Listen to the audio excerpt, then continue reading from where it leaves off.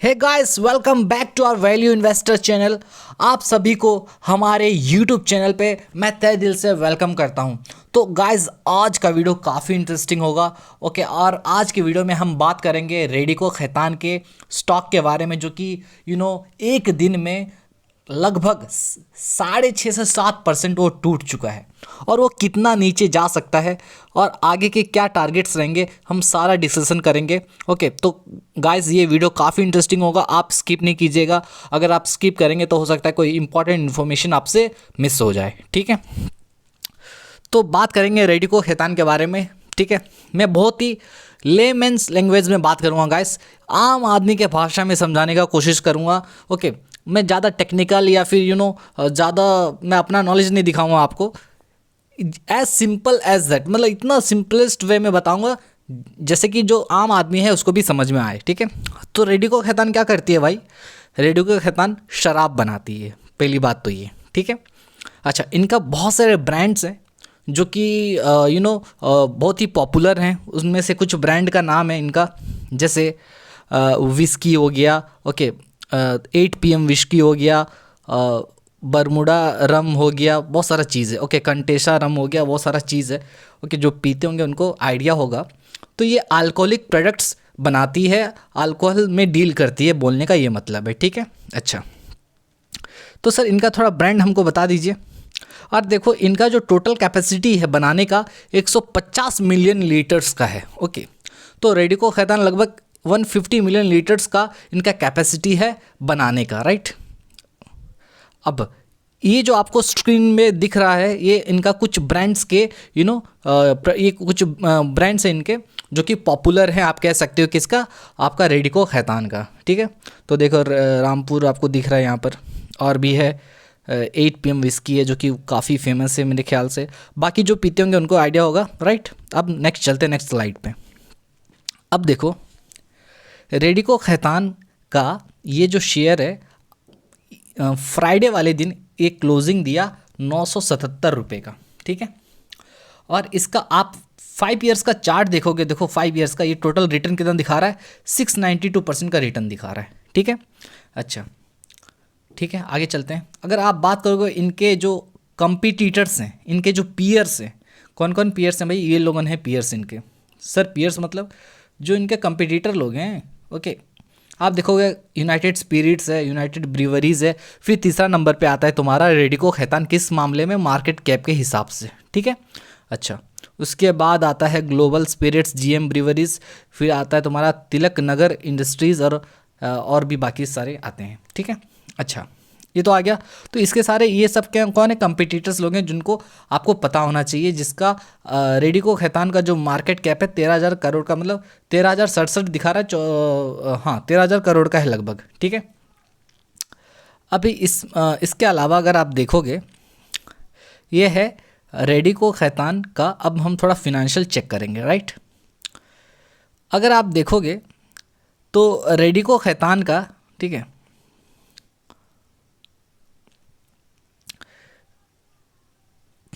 यहाँ पर फंडामेंटल्स आप चेक करोगे तो यहाँ पर मार्केट कैप लगभग 14,000 करोड़ दिखा रहा है, वहाँ 13,000 समथिंग दिखा रहा था। ठीक है, इधर उधर कुछ हो जाता है क्योंकि कुछ शेयर जो होते हैं BSE में लिस्ट होते हैं, कुछ NSE में लिस्ट होते हैं, और बहुत सारा चीज़ होता है, आप उसको नज़रअंदाज कीजिए। 14,000 करोड़ का मार्केट कैप है।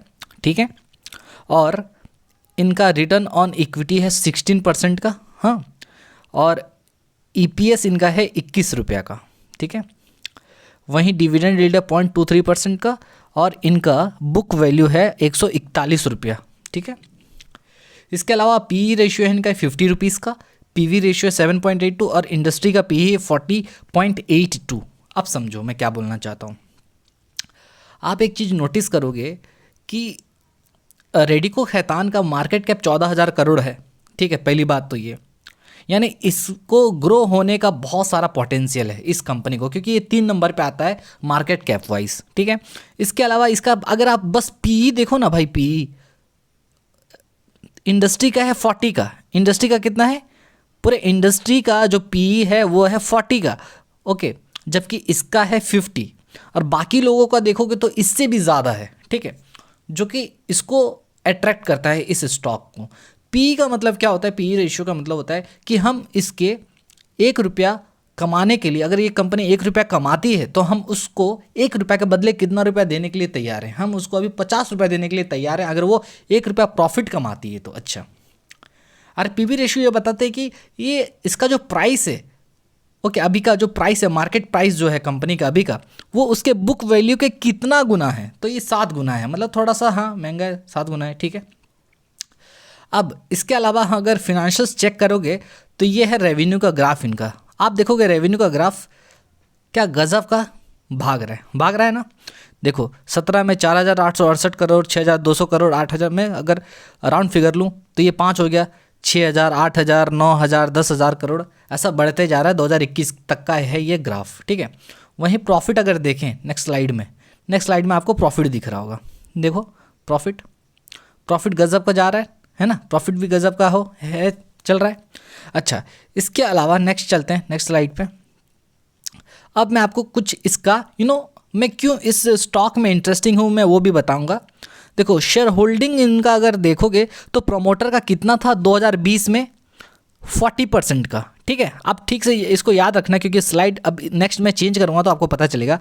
प्रमोटर का होल्डिंग लगभग 40% है, रिटेल वाले हैं 26%, आप फॉरेन इंस्टीट्यूशनल इन्वेस्टर्स लोग हैं 18% 2020 में, ठीक है 20 में, हाँ। और म्यूचुअल फंड का है 14%, मतलब 15% मान लो, ठीक है। वहीं अगर देखोगे इस बार प्रमोटर देखो वही 40 लगभग हैं, रिटेल वाले 22 हो गए, ठीक है। फॉरेन इंस्टीट्यूशनल का यहाँ पर देखो, मैं जो आपको दिखाना चाहता हूँ, क्या सर क्या बताना चाहते हैं, मैं ये बताना चाहता हूँ फॉरेन का अगर देखोगे, फॉरेन इंस्टीट्यूशनल इन्वेस्टर्स और म्यूचुअल फंड्स वालों ने अपना स्टेक इसमें बढ़ाया है। कैसे सर, देखो अभी इनका कितना है शेयर होल्डिंग 20% के आसपास और ये 17% के आसपास म्यूचुअल फंड का, जबकि पहले कितना था, देखो 20 और 17 था और पहले कितना था 18 और 14 था। तो देखो 18 से ये 20 हो गया और ये 14 से 17 हो गया। तो देखो यहाँ पर फॉरेन इंस्टीट्यूशनल इन्वेस्टर्स और म्यूचुअल फंड्स वालों ने अपना स्टेक बढ़ाया है, जो कि एक बहुत ही पॉजिटिव साइन है, ठीक है।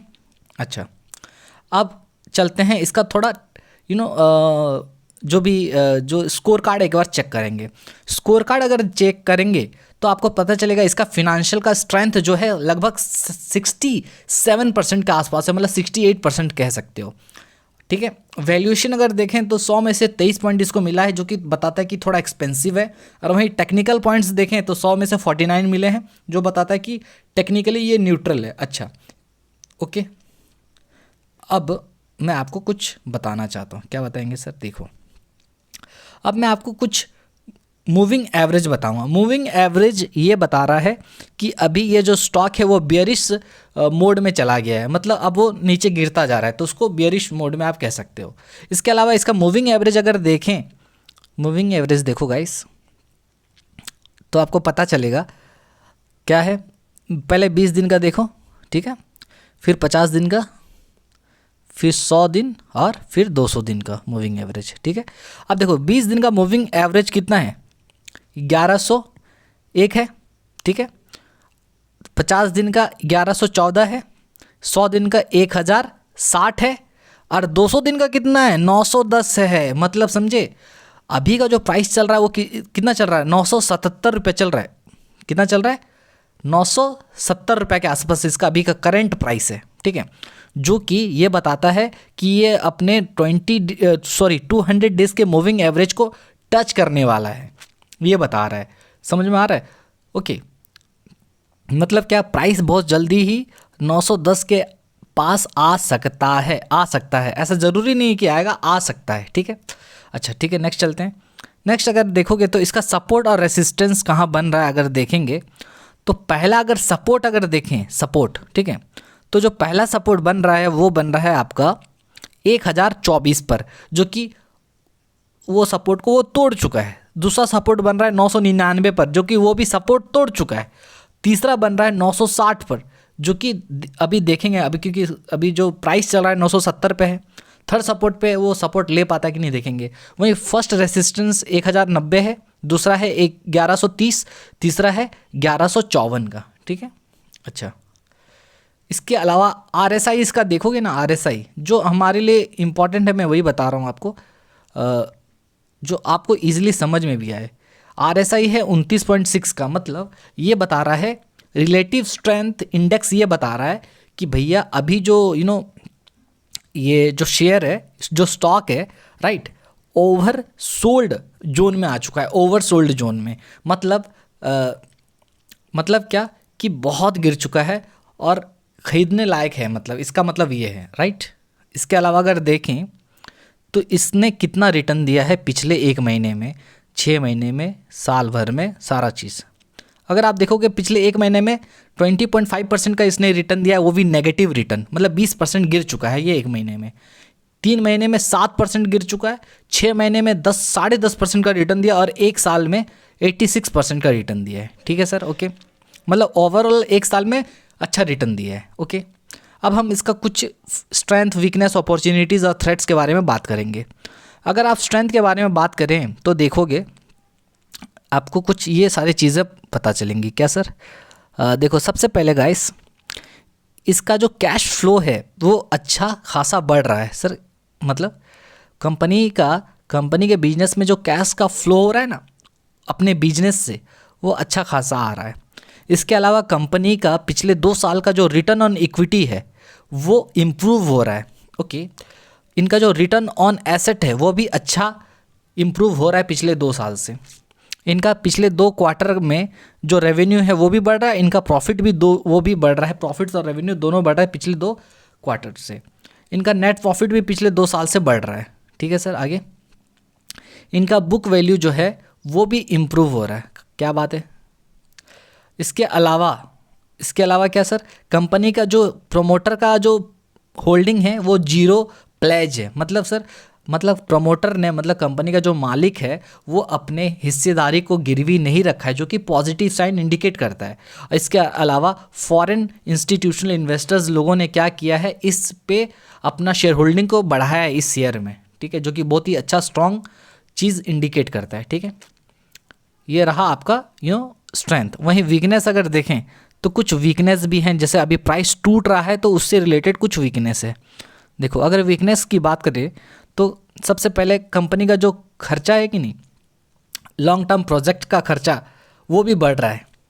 कंपनी का जो सेकंड सपोर्ट है वो टूट चुका है, मैं आपको बताया था, सेकंड सपोर्ट को भी तोड़ दिया है, तीसरा सपोर्ट में है 960 का। म्यूचुअल फंड्स ने लास्ट क्वार्टर अपना शेयर होल्डिंग घटाया, ये थोड़ा इन्फॉर्मेशन थोड़ा इसमें कुछ गलती है। बाकी म्यूचुअल फंड वालों ने अगर ओवरऑल देखें तो बढ़ा है, एक क्वार्टर वाइज बता रहा है। Inefficient use of capital to generate profits, ठीक है, और कंपनी अपने पिछले 2 साल में ना कैपिटल को यूज़ नहीं कर पा रही है ठीक से। ठीक है, ये बता रहा है। नेक्स्ट अगर देखें तो कंपनी का जो प्रॉफिट मार्जिन है वो, नेट प्रॉफिट मार्जिन, वो ईयर ऑन ईयर बेसिस पे डिक्लाइन हो रहा है और पिछले 1 महीने में 20% से ज़्यादा गिर गया है और हाई वॉल्यूम टॉप लूजर्स है ये। ओके, वहीं अपॉर्चुनिटीज़ का बात करें तो आपको पता चलेगा क्या अपॉर्चुनिटीज़ है भाई इसमें। अपॉर्चुनिटीज़ अगर बात करें तो rising delivery percentage compare to the previous day month and strong volume, बोल रहा है कि इसका जो डिलीवरी का जो परसेंटेज है ना, मतलब कितने लोग इसको खरीद रहे हैं इस स्टॉक को, उसका डिलीवरी का परसेंटेज पिछले डे के हिसाब से, पिछले मंथ के हिसाब से बहुत ज़्यादा स्ट्रॉन्ग है। ओके, मतलब बहुत ज़्यादा लोग खरीदे हैं इस स्टॉक्स को, ये बोलना चाहता है। इसके अलावा स्ट्रीट फेवरेट, मतलब high analyst rating with at least 20% website. और एक चीज़ है, जितने भी एनालिस्ट लोग हैं भाई इस स्टॉक में अभी भी मानते हैं कि ये अब यहाँ से 20% का रिटर्न दे सकता है।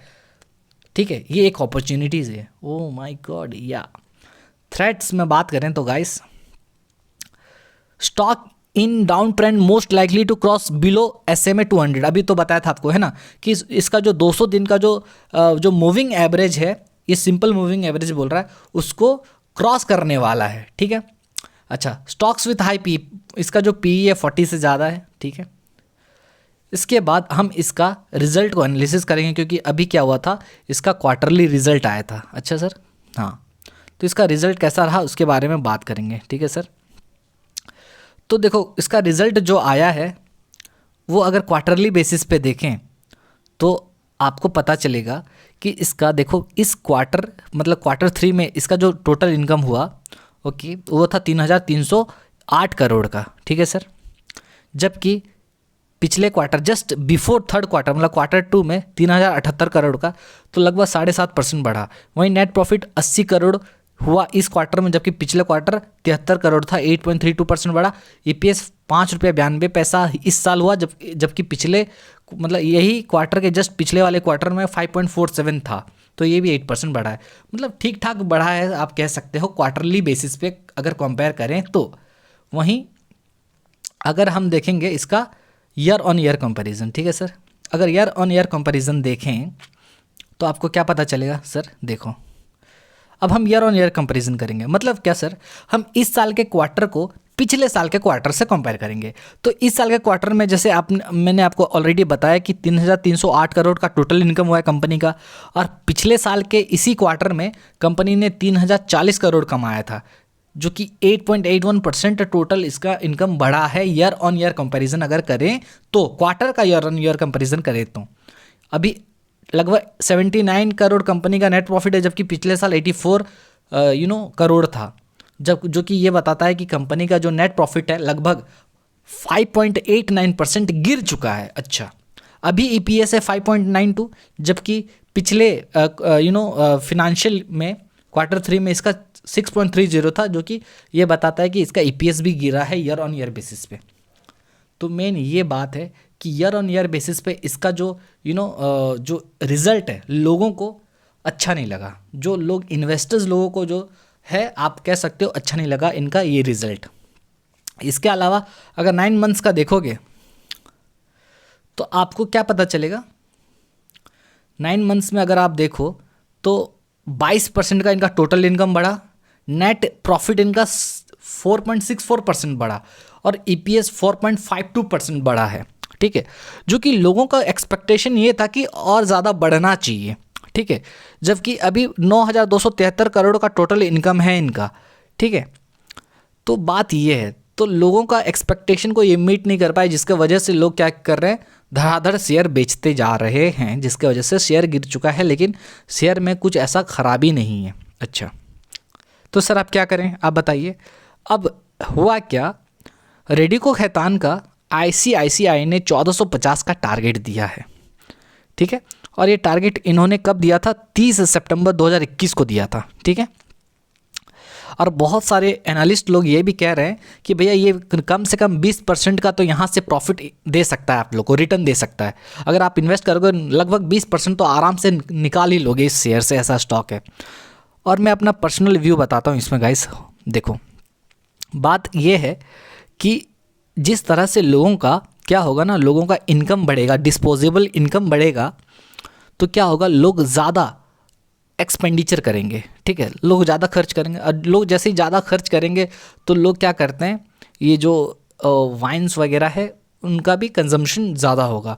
और अगर एक आपके जस्ट फॉर नॉलेज अगर बता दूं, जो अपना जो लीकर इंडस्ट्री है वो 2025 तक, लीकर इंडस्ट्री अपना जो है 2025 तक 7.50% CAGR के हिसाब से ग्रो करने वाली है। जी हाँ, CAGR के हिसाब से ग्रो करने वाली है 2025, तो 7.5% का इनका CAGR के हिसाब से ग्रो करेगी अपना जो लीकर इंडस्ट्री है, ठीक है।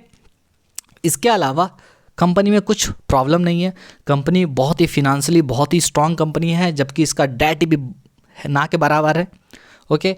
म्यूचुअल फंड वालों ने इसका क्या किया है, मतलब स्टेक बढ़ाया है इसमें, तो म्यूचुअल फंड वालों ने बढ़ाया है स्टेक, फॉरेन इंस्टीट्यूशनल इन्वेस्टर ने स्टेक बढ़ाया है, और मेरा पर्सनली मानना है कि यहाँ से ये आपको और भी 20% का रिटर्न ज़रूर देगा। और अगर ये, और मैं अगर बताऊँ आपको, और एक चीज़ मैं बताऊँ, यहाँ से मैं ऑलरेडी इसमें अभी इन्वेस्टेड हूँ। मैं जैसे ही गिरा था इस फ्राइडे को गिरा था, तो मैं इसको एक्यूमुलेट करना स्टार्ट कर दिया हूँ। ये अगर मान लो अभी जैसे इसका रेट चल रहा है 970 के आसपास चल रहा है आई गेस, है ना। तो ये अगर नेक्स्ट मान लीजिए मंडे में 950 जाता है, फिर 910 के आसपास जाता है, ठीक है, तो मैं ख़रीदने के लिए रेडी हूँ। मैं इसको 850 तक खरीदूँगा, ठीक है। तो 850 तक इसको ख़रीदा जा सकता है, कुछ प्रॉब्लम नहीं है इस स्टॉक में, ठीक है। और डरिए नहीं, देखिए मैं बता रहा हूँ, जो लोग नए लोग हैं ना, डर के मारे बेच के भाग जाते हैं। देखो जब आप जब इस मार्केट में रहोगे ना, आपको एक चीज़ समझ में आएगा। होता क्या है ना, जैसे ही आप कोई चीज़ को खरीदते हो तो स्टॉक गिरना स्टार्ट हो जाता है, ठीक है। और जैसे आप बेचते हो भागना स्टार्ट हो जाता है। तो उसके लिए बहुत सारा रीज़न है। अगर आप देखेंगे तो आपको पता चलेगा कि क्या होता है ना, जो बड़े बड़े लोग हैं, ओके, जो ऑपरेटर जिनको कहा जाता है, वो लोग क्या करते हैं ना, आप लोग को डरा के ना, आप लोग को डरा दिया जाता है, लोग बेचना स्टार्ट करते हैं ताकि आप डर जाओ, डर के मारे शेयर आपसे वो ले लेते हैं, ठीक है। तो मेन ये मतलब ये होता है एक्चुअली, ये उनका माइंड गेम है ये, ठीक है। तो आपको इसमें डरने का कुछ है नहीं, आप आराम से इसको एक्यूमुलेट कीजिए, 850 तक कीजिए, और आपको आने वाले फ्यूचर में अच्छा खासा रिटर्न मिलेगा। मैं गारंटी तो मैं गारंटी अब तो कैसे दूँ, लेकिन मेरा अपना ये क्या है, मेरा अपना ये ओपिनियन है, और मैं वही स्टॉक के बारे में आपसे बात करता हूँ जिस स्टॉक में मैं ऑलरेडी ट्रेड करता हूँ, और जिसमें मेरा कन्विक्शन स्ट्रांग है, ठीक है। तो इसमें कुछ डरने का नहीं है, और ये आने वाला टाइम में मुझे जैसा लगता है ये अपना ऑल टाइम हाई को ज़रूर ये रीटेस्ट करेगा, ठीक है। तो आने वाला टाइम में ये लगभग वही 1350 या 1400 ये जाएगा ज़रूर, इस साल के एंड तक ये जाएगा, ठीक है। तो आपको बस क्या करना है, थोड़ा पैसेंस रखना है। अगर आप सोचोगे भैया इतना गिर गया, आप कहाँ से होगा, नहीं होगा, तो ऐसा नहीं होता भाई। कोई भी देखो, स्टॉक मार्केट में रिस्क है तो रिटर्न है। अगर रिस्क नहीं लोगे तो जाओ एफडी में पैसा रख दो। लेकिन देखो बहुत सारा टाइम में ऐसा भी हुआ है, आप देखे रहोगे कि 10% 15% स्टॉक भाग जाता है। लेकिन उस समय होता है क्या है ना, हम लोग बहुत खुश होते हैं, वाह भाई मस्त मस्त रिटर्न आ गया। लेकिन जब शेयर गिरने लगता है तो हम लोग डर जाते हैं। तो भाई वही तो बात बोल रहा हूँ, डरना मना है, रेडी को खैतान में डरना मना है, एक्यूमुलेट करना है, और इसमें कमाएंगे हम लोग, ठीक है। तो गाइस मिलेंगे नेक्स्ट वीडियो में, और बस इतने ही तक का वीडियो बनाते हैं। मिलेंगे नेक्स्ट वीडियो में, और इसको एक्यूमुलेट कीजिए, अच्छा खासा रिटर्न आपको नियर फ्यूचर में मिलेगा। बहुत ही फिनेंशियली स्ट्रांग कंपनी है, सब सारा चीज़ अच्छा है, ठीक है। बस एक्सपेक्टेशन लोगों का ज़्यादा था तो वो अचीव नहीं हो पाए, इसी वजह से लोग इसको गिरा रहे हैं जानबूझ के, ताकि आप लोग डर के मारे बेच दो, उनके पास शेयर्स आ जाए, फिर बाद में फिर लोग बेचना स्टार्ट करेंगे, फिर आप लोग ज़्यादा रेट पे ख़रीदना स्टार्ट कर दोगे, तो ऐसे ही होता है, ठीक है। तो गाइस मिलेंगे नेक्स्ट वीडियो में, तब तक के लिए bye, take care, this is Sam signing of.